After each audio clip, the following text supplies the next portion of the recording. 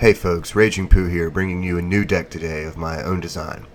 I've covered a few reasonably competitive decks, so I decided I'd dial it back a bit, and I'm going to cover something that's not as competitive as some of my previous videos.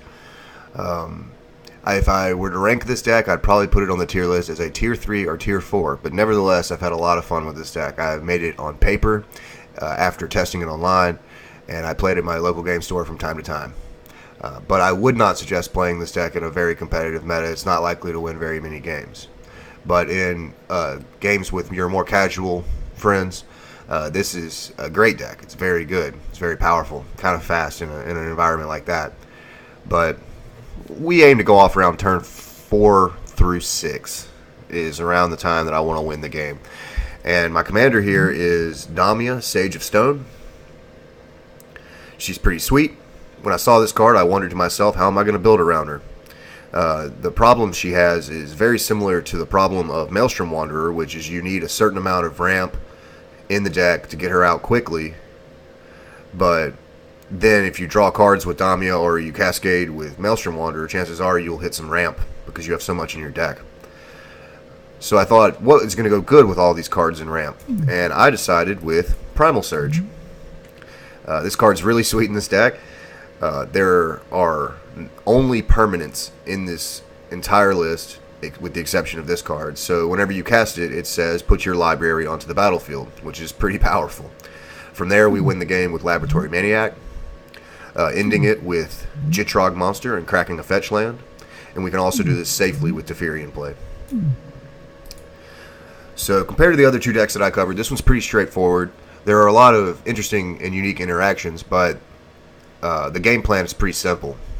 Step 1 is to get a lot of mana in play, and we have a bunch.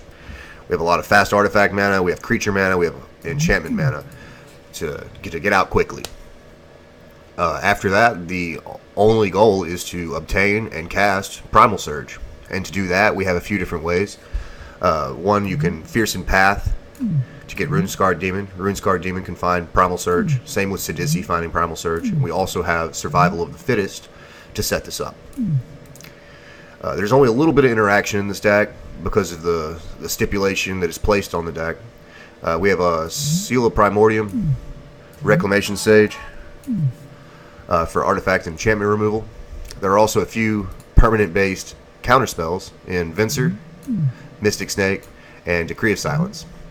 There's a chance that this Decree of Silence here should be a Void Mage Prodigy or something that is cheaper, but I've liked it so far. I haven't cast it a whole lot, but it comes into play whenever you cast Primal Surge, and if Teferi is in your graveyard or in your hand whenever you cast Primal Surge, this comes into play.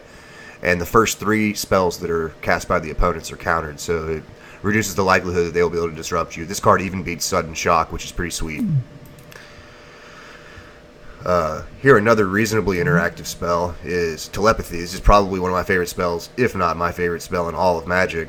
Whenever you cast Primal Surge, this comes into play, so you get to see your opponent's hands and a little additional information on the way out. You can also cast it before you cast Primal Surge to know that you can go off safely.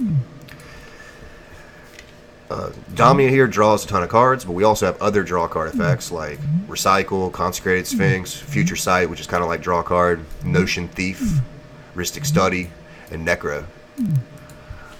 Quite a lot of consistency in this deck. It will go off reasonably quickly.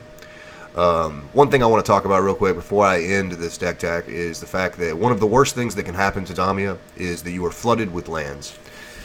What will happen is you can only play 1 land per turn. You have a bunch of lands in hand, so you play 1, and then you draw not very many cards the next turn. Let's say you draw another land. Then it just gets worse and worse. You're stuck with these cards in your hand that you cannot deploy, so therefore you draw fewer cards off Damia. So to mitigate this, we run a low land count of only 30. I also run all of the extra land effects that make sense to help prevent this from happening. There's 1 or 2 maybe, like there's Gerp or Orrery and a couple of others maybe, I can't remember, that did not make the cut because their effect was symmetrical and I didn't want to give an advantage to my opponent. But I run Exploration, Azusa, Oracle, and Gitrog. And Gitrog doubles as a finisher, as I pointed out earlier. I used to have Elvish Visionary in this list as a final draw card, but this is yet to not fizzle. or excuse me, this is yet to fizzle.